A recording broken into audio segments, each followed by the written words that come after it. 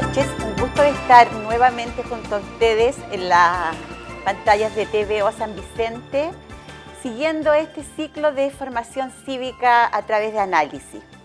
Hoy día tenemos una importante invitada de nuestra región que nos va a educar acerca del rol que ella está ejerciendo y le damos la bienvenida, le damos las gracias por visitarnos en nuestro estudio. Muy bienvenida entonces, gobernadora Yvonne Mangeldorf. ¿Lo pronuncié bien? Sí, no se preocupe. Es como medio complejo el apellido. Sí, difícil. Bien, muchas gracias, contenta de estar acá con ustedes en TVO en San Vicente, en tan importante programa que ustedes también se ganaron por el Fondo de Medios, así es que muy contenta y saludar a todas las personas que nos están mirando hoy día desde su casa. Muy bien. Gobernadora, bueno, cumpliendo un poco con este objetivo de que nosotros queremos educar a la población acerca de los diferentes roles y funciones que cumplen cada autoridad o cada, cada líder de la juventud, de las diferentes organizaciones comunitarias, nos gustaría que nos compartiera un poco qué es ser gobernador. Mira, qué buena pregunta, porque a mí me ha pasado que en este año y medio que llevo de gobernadora de la provincia de Cachapoal, que muchas actividades con dirigentes o con alumnos, antes de hablar el tema en concreto, muchas veces parto preguntándole si ellos saben lo que hace un gobernador o gobernadora o lo que hace un intendente, y ahí uno se encuentra con la sorpresa de que no muchas veces entienden qué significa. Y el ser gobernadora significa representar al presidente de la República en la provincia. El intendente es quien lo representa a nivel regional. Y esta región de O'Higgins, que es una linda región que tiene 33 comunas, tiene 3 provincias: Cachapoal, Colchagua y Cardenal Caro. Y al respecto hay un jefe en el fondo de la provincia, que en este caso es el gobernador o gobernadora, y que a mí me compete la provincia de Cachapoal, que tiene 17 comunas en la región. Al decir que el gobernador representa al presidente, es en ese sentido amplio la palabra, representa al presidente en todas sus funciones y por lo tanto uno tiene también ciertas atribuciones legales por ley establecidas, además de representarlo en todas las áreas y relacionarse tanto con el gobierno regional, ya sea con los seremis a cargo de cada cartera de los respectivos ministerios y con los alcaldes. Además, los gobernadores tenemos funciones establecidas por ley. Una de ellas, que es muy importante, que somos los encargados de velar por la seguridad pública y el orden público. Y que nos preocupa mucho como comunidad. Absolutamente. Y es una tarea cotidiana, diaria, en donde nuestro trabajo se enfoca principalmente en velar justamente por la seguridad y el orden público y por lo tanto, dentro de las atribuciones que uno tiene como gobernador de mantener el orden público, yo también puedo pedir el auxilio de la fuerza pública cuando efectivamente me lo pueden alterar. Y cada vez que alguna organización o alguna persona natural quiere hacer una convocatoria o quiere realizar una marcha, cualquier ese tipo de solicitudes, se le hacen justamente a la gobernación y yo tengo que establecer si se autoriza o no, de acuerdo a un protocolo que uno lo establece con carabineros, con transporte, que también lo ve con los encargados de tránsito de las respectivas comunas, para que efectivamente eso no altere el orden público.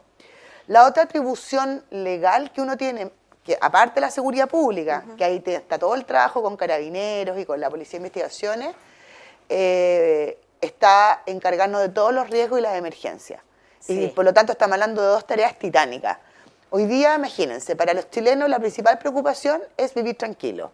Y fue lo primero que hizo nuestro presidente Sebastián Piñera cuando llegamos el 11 de marzo del 2018, fue encargarse de trabajar para darle más seguridad a los chilenos. Y para eso instauró una mesa público-privada que al poco transcurrir a los 3 meses, más o menos de su conformación, le pasó al presidente iniciativas o acuerdos en materia de seguridad, y ante lo cual nosotros estamos cotidianamente trabajando, y que incluso el presidente recogió estas 150 iniciativas y mandó 5 proyectos de ley al Congreso. Y esa tarea es de todos los días. Todos los días. Yo tengo que trabajar con juntas de vecinos, tengo que trabajar con carabineros, tengo que tratar de salvaguardar justamente que la gente tenga menos delincuencia, o que sean sujetos de menos delincuencia, que tú puedas transitar por tus calles de manera tranquila y que no se vea justamente amenazado el orden público. Y además, cualquier emergencia o riesgo, o sea, algún accidente vehicular, algún incendio habitacional, incendios forestales, que hoy día nuestra realidad ha cambiado y tenemos muchos incendios forestales debido al cambio climático, o también, por ejemplo, emanaciones de gas o cualquier riesgo o emergencia para la población, nosotros somos quienes estamos obligados por ley a velar porque efectivamente podamos contener la emergencia y podamos minimizar los riesgos, y para eso hoy día existe un sistema de protección civil establecido y normado, porque nosotros como país hemos aprendido bastante de nuestros errores, por así decirlo, o de nuestras mismas catástrofes naturales. No sé si tú te acuerdas, María Elena, cuando vivimos el terremoto del 27F el año 2010, o los incendios forestales en el verano del 2017, ahí nos encontramos con que no sabíamos cómo reaccionar ante incendios forestales de tal magnitud, y hoy día esto es prácticamente habitual. Y por lo tanto, tenemos un sistema que lo coordina la Oficina Nacional de Emergencias, que es la ONEMI, pero en donde todo esto se canaliza desde el Ministerio del Interior, y por lo tanto, intendentes y gobernadores, que somos los representantes del ministro y del presidente en la región y en la provincia, somos las autoridades políticas y quienes establecemos los puestos de mando ante cualquier riesgo de emergencia. Y mirado desde el poblador, digamos, por ejemplo, acá en San Vicente, que nos viéramos afectados con este tema de los incendios forestales. ¿Cuál es el conducto como para que venga este plan que tiene la gobernación? No es un plan, es una forma de proceder. Ya. Mira, aquí yo a San Vicente he venido muchas veces, tanto por incendios forestales como incendios habitacionales. Yo diría que más incendios habitacionales que forestales. Pero acá lo que primero hace la ONEMI, primero es levantar la información, llega bomberos al lugar en caso de un incendio forestal, llega bomberos, la ONEMI lo coordina, y automáticamente cuando el incendio reviste características tales de que se está saliendo de control y todo, a pesar de que nos está comunicando permanentemente a mí y al intendente, nosotros venimos al lugar y coordinamos, establecemos un puesto de mando con la CONAF, con bomberos, puede ser también con carabineros si así lo requerimos, para también salvaguardar el orden público, sobre todo cuando hay afectación o peligro de afectación de viviendas o de caminos que pueden estar cerca de caminos. Y nosotros establecemos un puesto de mando donde claramente tiene que haber una persona que coordina todo, y eso somos nosotros, las autoridades políticas, y así opera, así es como opera, y por lo tanto nos ha tocado muchísimas oportunidades. Nosotros en el verano que recién pasó, yo tuve más de 3 alertas preventivas y alertas amarillas de incendio, porque están categorizados en verde, amarillo y rojo, y en el fondo cuando tenemos altas temperaturas, muy altas temperaturas con una oscilación muy baja que nos puede propagar el incendio, y puede pasar a rojo, es cuando efectivamente tenemos que estar ahí desplegando los recursos, y al declarar las alertas nos permite desplegar recursos, incluso podemos pedir apoyo desde otros sectores, otras regiones. A mí me tocó en mi provincia solamente un incendio con alerta roja, que fue en Machalí, no así como le tocó a mi colega Cardenal Caro, que enfrentó 2 tremendos incendios en el verano y que ambos fueron con alerta roja. Pero ahí claramente el sistema opera y opera a nivel nacional. Todos nos articulamos, y eso nos ha pedido siempre nuestro presidente, actuar siempre de manera proactiva ante la emergencia, estar en terreno, es lo que hacemos de forma cotidiana, porque ante una emergencia tiene que haber disponibilidad de recursos, tanto físicos como también humanos. Y por eso también hemos hecho una fuerte inversión a nivel regional, con el intendente y con el consejo regional, con el gobierno regional, a nivel de darle también más recursos a bomberos, tanto en implementación, también como en carros de bomba. Necesitamos también nuevos cuarteles de bomberos, y se ha invertido más de 3.000 millones de pesos justamente en darle los instrumentos. San Vicente hemos sido favorecidos. Así es, pues. Todas las comunas, nosotros tenemos que llegar a todas las comunas, y yo diría que una de las primeras cosas que hicimos cuando llegamos y nos tocó reunirnos con el superintendente de bomberos, que es Juan Carlos Fil, es ver dónde estaban efectivamente las necesidades o dónde faltaba más inyección de recursos. Y San Vicente está entre las 5 Sí. comunas más grandes de las 33 de la región, a nivel habitacional, en crecimiento. Y por lo tanto, además, y es un punto neurálgico de otras comunas también por la Sí. cercanía. Entonces, donde no estábamos es donde tenemos que cubrir. Y Bomberos es una institución muy querida por la gente, que acude siempre al socorro a la ciudadanía ante Sí. cualquier eventualidad, no solamente ante un incendio. Y por lo tanto tenemos que también ayudarlos a que tengan su implemento, a que tengan sus carros. Y puedo decir, muy contenta que hemos contribuido a que la labor de bomberos sea mucho más eficaz, sea más rápida.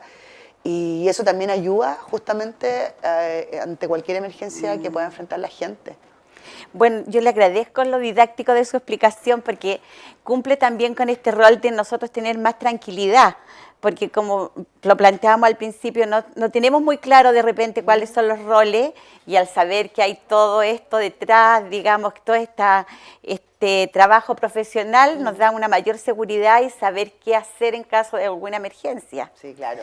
Pero me faltó una obligación, la última, que es la más, otra de las tres importantes, Ya. que nosotros los gobernadores, y en eso somos facultad exclusiva los gobernadores, es que somos los encargados de otorgar todos los permisos migratorios. Y Somos que quienes también vemos todo la un migración. tema, es Y un que también todo- ha sido uno de los grandes temas que hemos enfrentado en este mandato Compártanos presidencial. un poco la experiencia en ese Eh, aspecto, porque sentimos que esta es una de las regiones y esta comuna en la cual hemos tenido mucho emigración. Efectivamente, yo te puedo decir que de las tres gobernaciones a mí me ha tocado enfrentar el 90% del proceso migratorio en la región, nos ha tocado a nosotros en Ya. Cachapual. Y San Vicente es una comuna donde hay muchos migrantes, Sí. también por el trabajo agrícola, y a nosotros nos tocó esta explosión, a mí me tocó llegar a una gobernación donde yo afuera, desde el día 11 de marzo del año pasado, afuera tenía a 2.000 extranjeros, Sí, nos tocó 2.000 extranjeros, enojados, dando vueltas, que llevaban meses en nuestro país y que no les habían tramitado su documentación. Más allá de los que seguían llegando a nuestro país. Era terrible ver ese drama humano, ver la molestia. Y también es lo que le tocó al gobierno, a nuestro gobierno, enfrentar cuando llegamos el 11 de marzo del 2018, que nuestra realidad migratoria había cambiado, que habíamos tenido un éxodo impresionante de ciudadanos haitianos a Chile en estos aviones, que yo creo que tú te acuerdas, María Elena, aviones que traían a personas Sí. haitianas sin ninguna regularización, sin ningún papel, y donde les prometieron el sueño casi el sueño americano, y que iban a tener mejores oportunidades. Y nosotros nos tuvimos que hacer cargo de esta realidad migratoria, que no fue fácil, pero también te puedo decir con mucho orgullo que hemos cumplido primero lo que quería la gente, que era ordenar esto, porque eso fue lo que hizo nuestro presidente, de hacer una política migratoria ordenada, regular, que eso significa con legalidad, con rigurosidad para el extranjero y para el chileno, y segura. Y por lo tanto, en ese proceso hemos trabajado desde el año pasado, y hoy día te puedo decir que la realidad es absolutamente distinta. Hoy día el trabajo también con las comunidades migrantes ha sido de un profundo diálogo en donde le hemos explicado cuál es nuestro rol, que hoy día en Chile, si tú quieres venir a trabajar, tienes que transparentar si quieres venir a trabajar y no venir como turista para luego trabajar. Hoy día nuestro país, a través de la política migratoria que estableció nuestro presidente Sebastián Piñera, lo que hace es transparentar a que viene un extranjero y que por lo tanto bajo esa transparencia tramite la documentación que necesita. Pero lo que nosotros antes teníamos era una política migratoria muy antigua, donde lo que la gente hacía era entrar como turista y antes que se le venciera esa visa de turista, presentaba un contrato de trabajo y se quedaba en Chile. Y lo que enfrentamos el año pasado, nos tocó muchos extranjeros pasando precariedad, donde llegaban con contratos que eran de mentira, solamente para tener una visa de trabajo, pero sin un contrato real de trabajo. Y todo eso hemos hecho un trabajo muy coordinado con la Policía de Investigaciones, con el Registro Civil. Hemos venido a las comunas, hemos realizado migración en terreno. A mí me ha sorprendido mucho, por ejemplo, Pichidegua, Granero, San Vicente, en la cantidad de migrantes. Porque al principio llegaban a Rancagua. Sí. Y como veían que en Rancagua no había la cantidad suficiente para esa cantidad de extranjeros que llegaba de trabajo, empezaron a irse a las otras comunas de la región.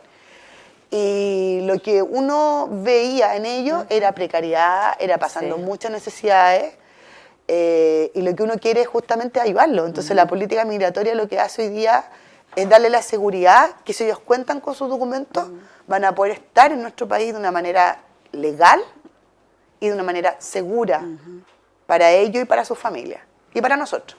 Bueno, y en relación a ese mismo tema, porque de verdad aquí en nuestra comuna es un tema que se conversa habitualmente y vemos por un lado ventajas, que vemos cómo se incorpora la cultura, cómo se han integrado también ellos a nuestras costumbres, claro, a nuestros, digamos, y por otro lado nos preocupa también, por un lado, que hay muchos comentarios en relación a la calidad de cómo viven. Por ejemplo, arriendan y viven en capies, una familia, como viven no en buenas condiciones.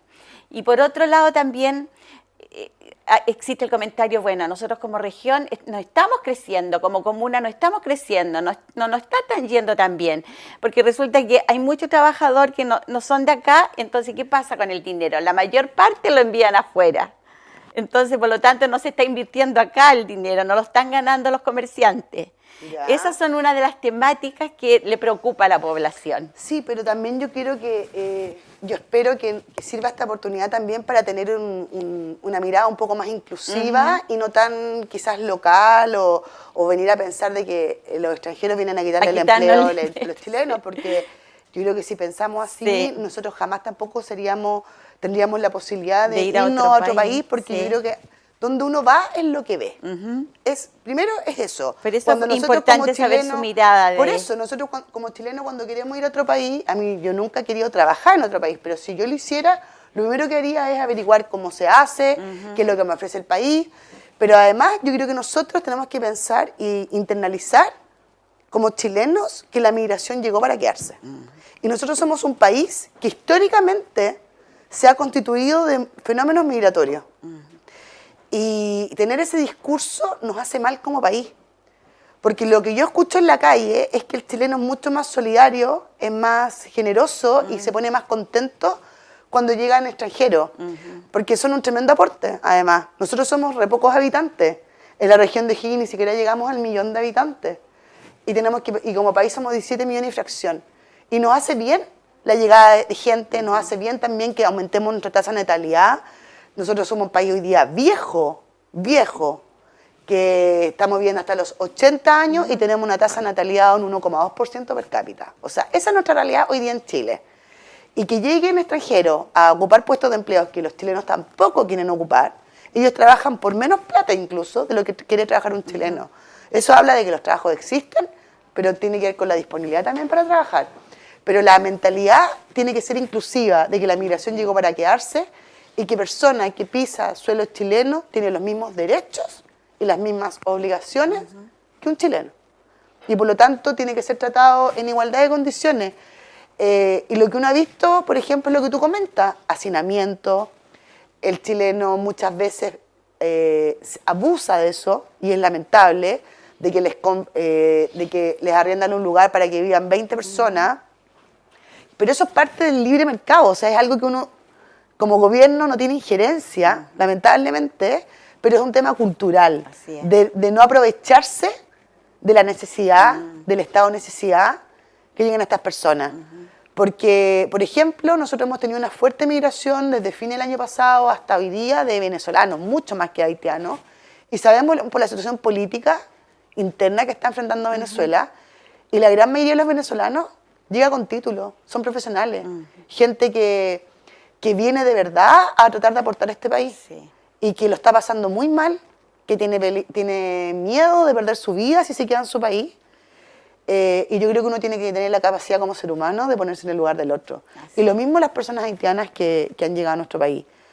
Son personas que claramente pueden tener aquí una mejor condición de vida, una mejor educación, donde ya el idioma es una barrera, pero nosotros como país hemos abierto las puertas a que ellos lleguen, pero lleguen de acuerdo a las políticas migratorias que nosotros como país colocamos para que ingresen.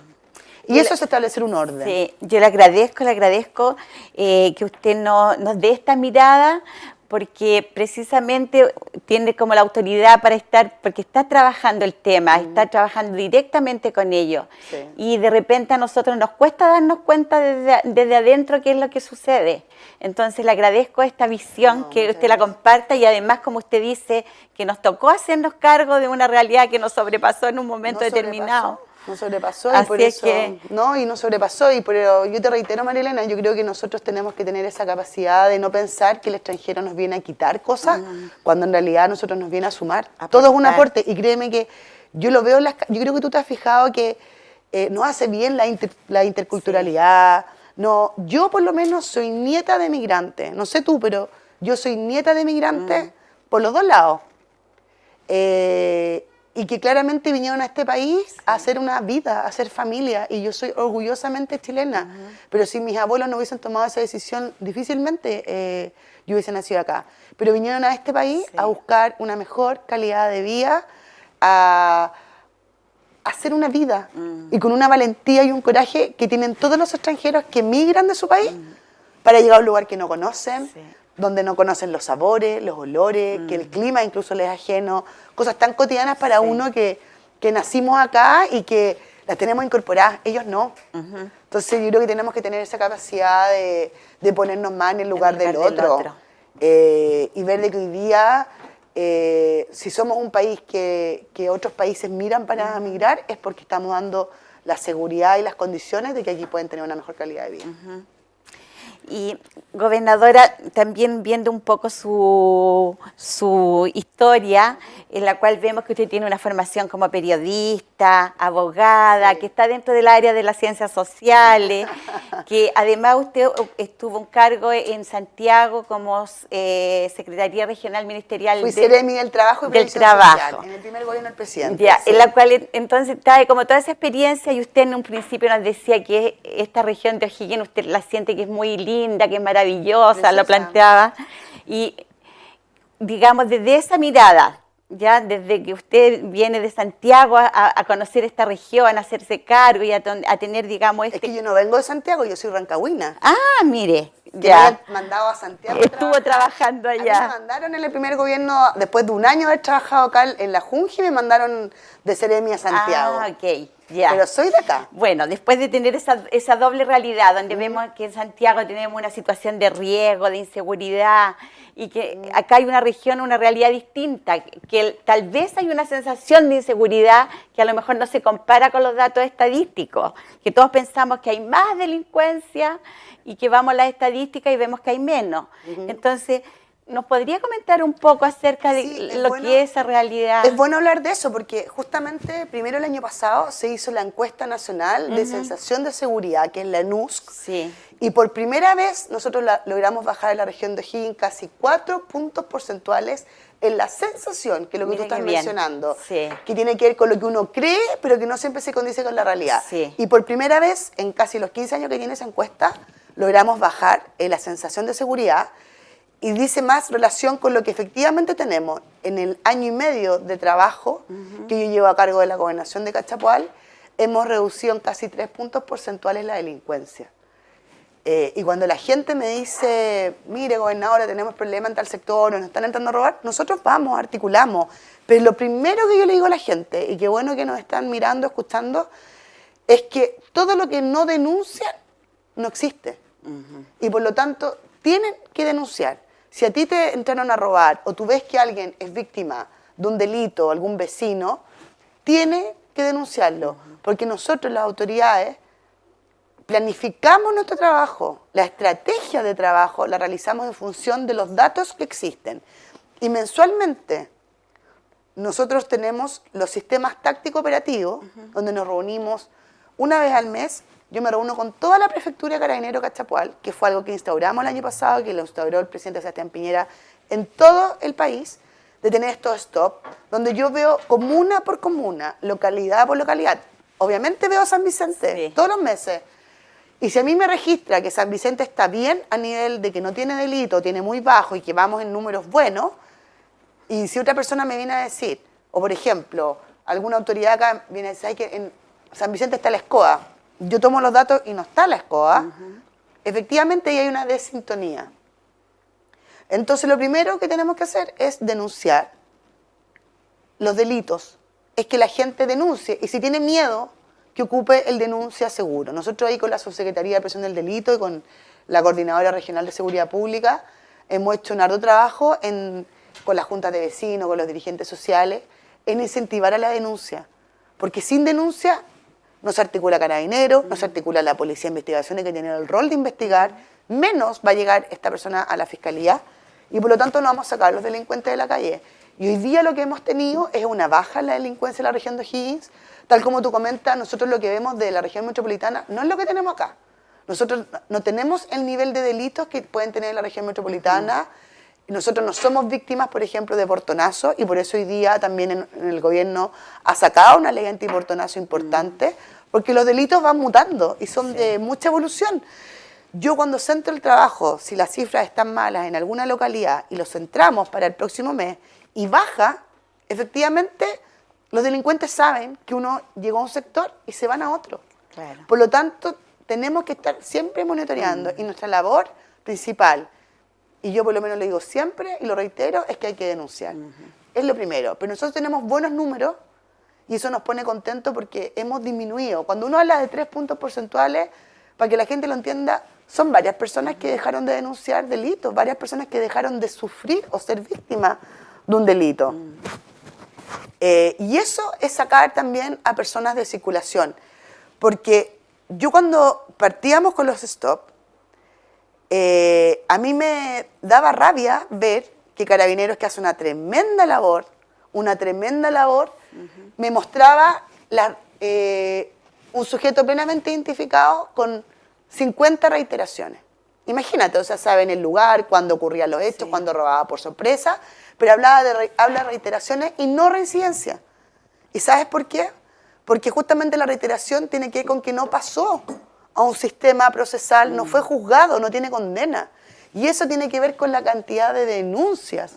O sea, cuando la gente no persevera con la denuncia, cuando no tiene las suficientes pruebas, esa persona, efectivamente, lo que vamos a conseguir es que esa persona no la vamos a sacar de circulación. Y lo que nosotros queremos es que los delincuentes estén donde tienen que estar y la gente pueda vivir tranquila, pueda caminar tranquila, ir a su trabajo tranquila, estar en su casa tranquila y no ser sujetos de delito. Por lo tanto, nuestra primera obligación como ciudadanos es no tener susto y denunciar. Incluso, por temor, existe el denuncia seguro que es absolutamente anónimo y que lo que hace es proteger tu identidad, tus datos, no te preguntan tu nombre, nada, y sobre todo nos sirve en materia de droga. En materia de droga estamos haciendo un fuerte trabajo con la Policía de Investigaciones, con la Fiscalía también, porque hemos desbaratado bandas, nos ha tocado desbaratar hartas bandas. Hemos visto noticias bien impactantes. Así es, y fíjate que la gran mayoría han sido por denuncias que se han hecho al denuncia seguro. Qué bien. Entonces, si tú no denuncias, efectivamente las instituciones no se articulan y nosotros no podemos hacer la tarea que estamos encomendados a hacer, que es velar por la seguridad pública, darle seguridad a la gente. Entonces, yo estoy contenta porque hemos disminuido las cifras. Yo cuando llegué me tocó escuchar acá a la capitán de San Vicente mencionarme que había cambiado la realidad acá. Me decía que la gente estaba súper acostumbrada, por ejemplo, a dejar la bicicleta afuera, con la reja abierta. Me acuerdo perfecto.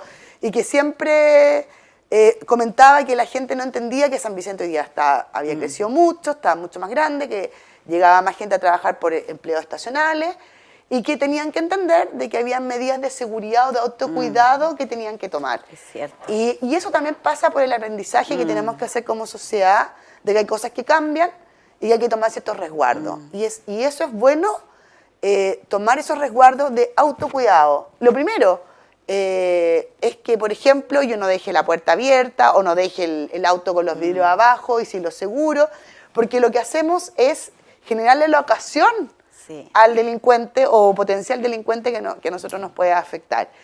Por lo tanto, aquí la labor siempre y el llamado que yo le hago a la gente es a que denuncie. Existe el Fono Denuncia Seguro, que es el 600-400-0101, que es absolutamente anónimo y que les permite efectivamente dar a conocer un hecho que puede tener carácter de delito y nos va a permitir, ojalá en un futuro, sacar a las personas de circulación. Y nosotros hoy día tenemos hemos logrado con Carabineros, y en eso hay que reconocer la labor del general, de don Patricio Figueroa, del prefecto acá de Cachapoal, don Boris Morales. Hemos logrado también aumentar la cantidad de detenidos y también con medidas cautelares efectivas. Cuando al principio nos tocó trabajar con esto y llegamos, lo que teníamos era reiteraciones, personas que eran reiteradas en sus delitos, obviamente no tenían medidas cautelares. Hoy día incluso pueden aumentar los delitos en alguna localidad, pero tenemos sí también aumento de detenidos y con medidas cautelares también. Entonces ahí ya estamos hablando de la efectividad, que eso es lo importante. Y eso al final da más seguridad. Entonces eso es un trabajo cotidiano. Tenemos claro que ningún gobierno le ha ganado a la delincuencia, pero hemos sido súper firmes en que estamos dándole la pelea a la delincuencia, porque nuestra labor es que la gente viva tranquila. Y lo que más se agradece es el hacerse cargo, digamos, porque uno de los motivos por los que la gente antes no denunciaba era porque sentía que iba, que después lo tenían que citar a otro lugar, que al final era tanto el trámite que preferían perder la bicicleta, por ejemplo. Pero mira, lo que tú mencionas tiene mucha realidad, porque me lo han dicho muchas veces. Pero insisto, la primera responsabilidad es del ciudadano, porque a lo mejor no tiene que ver con el valor, pero a ti no te puede dar lo mismo o no te puede dar lata el proceso. O sea, así funcionan nuestras instituciones. Nosotros tenemos un sistema legal, jurídico, que funciona de determinada manera, y si tú no perseveras en el proceso, tú estás dando pie al final a que esas personas que cometen delitos sigan en la calle. Entonces, si a ti te roban, no tiene que ver con la cuantía, con el valor.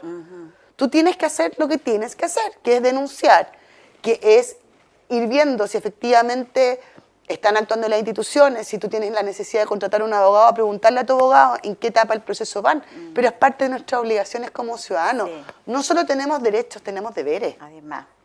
Y yo creo que eso es como lo primero. No nos puede dar lata, porque nos transformamos como en cómplices pasivos de la delincuencia, cuando yo creo que es tan importante que saquemos a esas personas en circulación. Y al final lo que tú comentas, mucha gente dice eso: mira, es que en realidad tenía que trabajar, no quise pedir permiso en la pega, bueno, y me robaron una bicicleta. Bueno, pero esa persona que te robó una bicicleta puede estar robándote el computador dentro de un auto de otra persona, o puede entrar a otra casa. Entonces hay que sacar a los delincuentes de circulación. Y también tienen que entender de que las instituciones funcionan, y que por lo tanto, para que esas personas salgan de circulación, tenemos que tener los medios probatorios para que efectivamente le den una condena que sea efectiva y no que salgan en libertad condicional, porque no tienen antecedentes. Así es. Bueno, y siguiendo, digamos, este análisis en la cual estamos dando esta mirada de lo que es la región, y la vemos también a usted como una mujer empoderada, que ha tenido cargo, en la cual tiene una tremenda responsabilidad, y que son pocas las mujeres que han tenido acceso, digamos, a tener que confíen en ese rol. Y vemos también dentro de esta misma problemática que tenemos como las mujeres, que es el tema del femicidio. Y hoy día estamos muy impactados con lo que sucedió acá en nuestra región, que es Coltauco. Entonces, nos gustaría que nos compartiera un poco su mirada. Sí, muy triste. Yo decirlo que como mujer, yo creo que muchas de las mujeres que nos están viendo, escuchando, entendemos a qué nos referimos cuando hablamos de violencia de género. Y yo siento que lo que pasó ayer en Coltauco habla de lo que nos ha costado de sacar esta cultura de tener que llegar a matar a una mujer. Muy lamentable. Encuentro muy terrible. Ella dejó 3 hijos, una mujer joven, tenía la misma edad mía, pero efectivamente nosotros hemos hecho un trabajo permanente. Yo permanentemente llamo a que denuncien, así como por el denuncia seguro, hablo de cómo articularse en caso de tener una orientación, si alguna mujer nos está viendo, nos está escuchando, que está viviendo alguna situación de violencia, que lo denuncie, que llegue, que hay teléfonos incluso que te pueden orientar. Yo quiero que las mujeres no se sientan solas.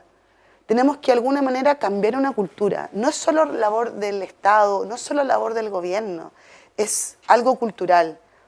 Fíjate que no es una cifra que a mí me gusta hablar. Lamentablemente, así como estábamos hablando hoy día quizás de buenas noticias o de cosas buenas que hemos logrado, en la batalla contra la violencia intrafamiliar y contra el femicidio como región estamos mal. Cuando llegué el año pasado, cuando asumí como gobernadora en marzo, me tocó la primera visita de la ministra Isabel Pla a la primera región que ella vino, fue a O'Higgins, porque era la región que más alto índice de violencia intrafamiliar tiene. Y hoy día es la segunda. Eso algo nos tiene que decir a nosotros. Hay cosas como sociedad que tenemos internalizadas que no están bien.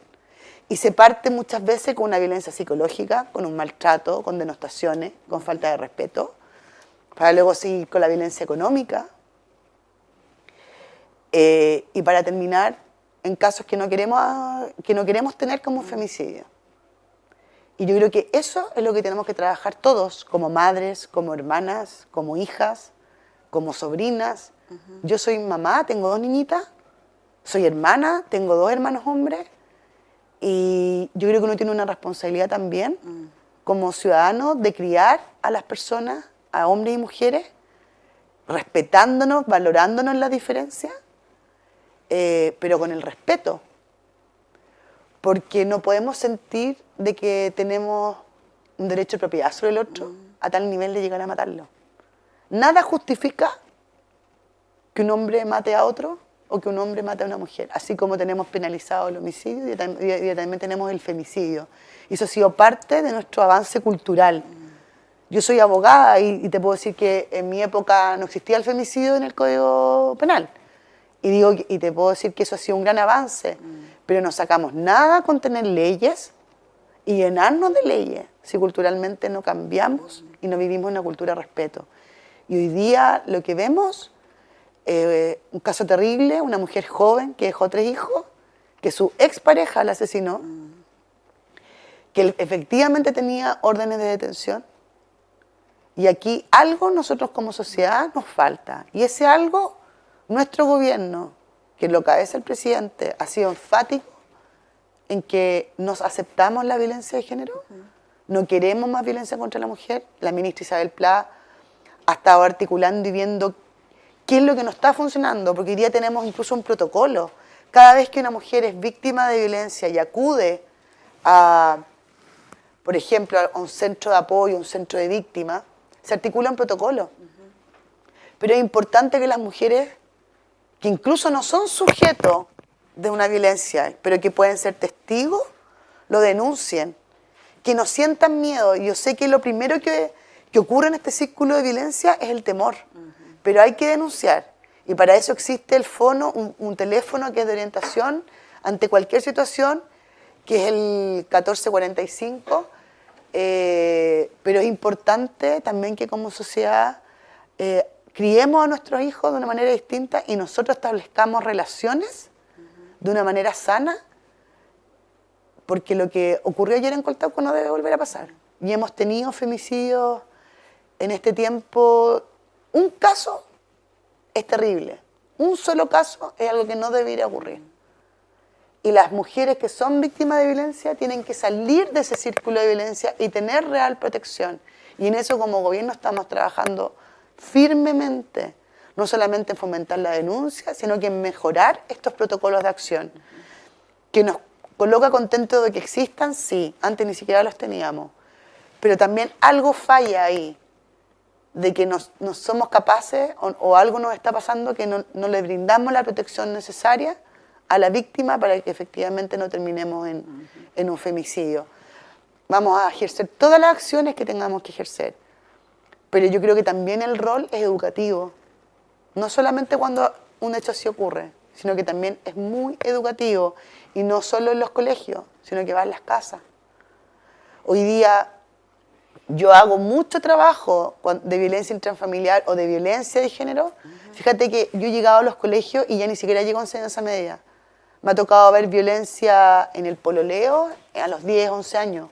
Estamos hablando de que cada vez las edades han bajado y que por lo tanto hay una realidad distinta en cómo se tratan hombres y mujeres hoy día desde muy precozmente. Las redes sociales también, hay un uso de las redes sociales que no está contribuyendo quizás en esto y que sufren mucho bullying o violencia en sus mismas relaciones que se transforman en celópatas, en posesivas por las redes sociales. Entonces yo creo que como padres también tenemos padres y madres tenemos una labor fundamental de crianza con nuestros hijos, con nuestros sobrinos, con nuestros pares, porque no queremos ningún otro caso así. Yo espero que nunca queramos hablar más de femicidio, más de violencia de género. Realmente es un tema muy doloroso.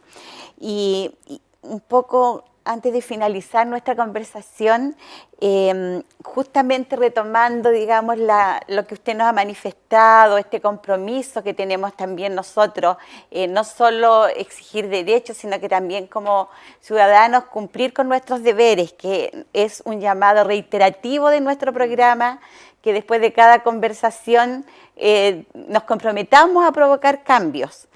Y una de las cosas que viene dentro de, hoy día usted nos graficó muy bien cuál es el rol del gobernador, la gobernadora que esté, y luego viene, para las próximas elecciones, viene la elección democrática, digamos, de lo que son los gobernadores y una gobernadora además.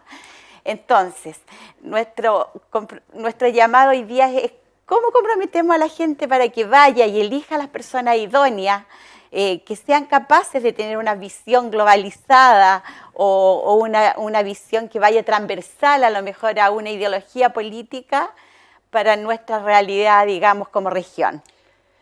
Yo creo que es importante transmitirle a la gente, María Elena, que lo que vamos a enfrentar el próximo año, el año 2020, que va a ser nuestra primera elección de gobernador regional, es un cambio que no lo hemos tenido van a ser 46 años. Nosotros tenemos un sistema administrativo en nuestro país que es del año 74, de cómo, incluso cómo se crearon las provincias, las regiones, la figura del intendente, los gobernadores. Pero por primera vez el intendente, que es el representante del presidente en la región, va a ser ahora, a contar desde octubre del próximo año, el gobernador regional. Ya no se va a llamar intendente, va a ser gobernador regional. Y ese cargo no va a ser designado por el presidente de turno, sino que va a ser electo, tal como tú lo mencionas, por votación popular. Pero esa persona va a tener a cargo la administración territorial de la región, pero va a tener ciertas atribuciones y se está trabajando justamente en el traspaso y la transferencia de competencias a través del reglamento, hoy día que aún no está 100% definido, y ha sido un trabajo arduo que ha llevado la Subsecretaría de Desarrollo Regional, encabezada por el subsecretario Felipe Salaverry, porque efectivamente el traspaso de competencia va a delimitar justamente el campo de acción. Pero aquí lo importante es hacer el llamado a la gente a que se informe en qué va a consistir esta figura, porque el único cargo que se va a elegir va a ser el intendente, que se va a llamar gobernador regional. Los gobernadores no se eligen, los gobernadores siguen siendo de exclusiva confianza del presidente de turno. Pero el próximo año además van a coincidir 3 elecciones en una. Se va a escoger por primera vez nuestro gobernador regional, se va a escoger concejales y se va a escoger alcalde. Y por lo tanto vamos a enfrentar una tremenda elección y el llamado es que justamente la gente se informe de cuáles son sus candidatos, de que voten por las personas que les sean más idóneas para los cargos, y que puedan llevar adelante el proceso de descentralización que vamos a enfrentar por primera vez en nuestro país en más de 40 años. Sí, eso es como el desafío, ¿no? Así es, el lograr esa descentralización que tanto anhelamos las personas de las comunas y las provincias. Sí, claro, porque es importante darle atribución a las regiones y que las mismas regiones tengan sus propios presupuestos y aumentarles sus presupuestos también para que puedan crecer. Pero en eso también hay responsabilidad asociada y por eso se está trabajando en esa transferencia de competencias que yo te comentó, porque es importante que nosotros tengamos claro cuál va a ser la atribución del gobernador regional, cuál va a ser la atribución de los gobernadores que se van a pasar a llamar delegados presidenciales, provinciales o regionales. O sea, cambia todo un sistema que nosotros hemos tenido más de 40 años en nuestro país. Sí. y que vamos a ir también aprendiendo en la marcha de cómo se va a llevar a cabo adelante este proceso, que es nuevo y que no me cabe la menor duda que nos va a hacer bien a nuestra democracia y que también nos implica a todos los ciudadanos tener más educación cívica al respecto. Así es. Bueno, gobernadora, yo quiero darle las gracias por su sencillez de venir acá a nuestros estudios, por su compromiso con la ciudadanía también de venir hoy día y educarnos de manera tan didáctica acerca de las funciones y el rol de lo que es la gobernación, digamos, dentro de la región. También felicitarla por su vocación de servicio, que nosotros lo vemos reflejado en todo, digamos, además de contarnos su experiencia, la vemos también cómo se emociona y su sensibilidad frente a todo el quehacer que tiene. Así que muchas gracias por estar acá con nosotros y si quiere despedirse de la gente de San Vicente. Muchas gracias, yo simplemente decir que para mí siempre va a ser un honor representar al presidente en mi provincia, Cachapoal. Me encanta lo que hago, adoro el servicio público, adoro trabajar para la gente. Y yo me siento muy contenta de sentir que uno contribuye todos los días a cambiarle la calidad de vida a las personas. De alguna manera, cuando uno logra ciertas cosas, uno no puede hacer todo lo que uno a veces deseara. Pero yo creo que nuestra gran labor como gobernadores es ser grandes gestionadores.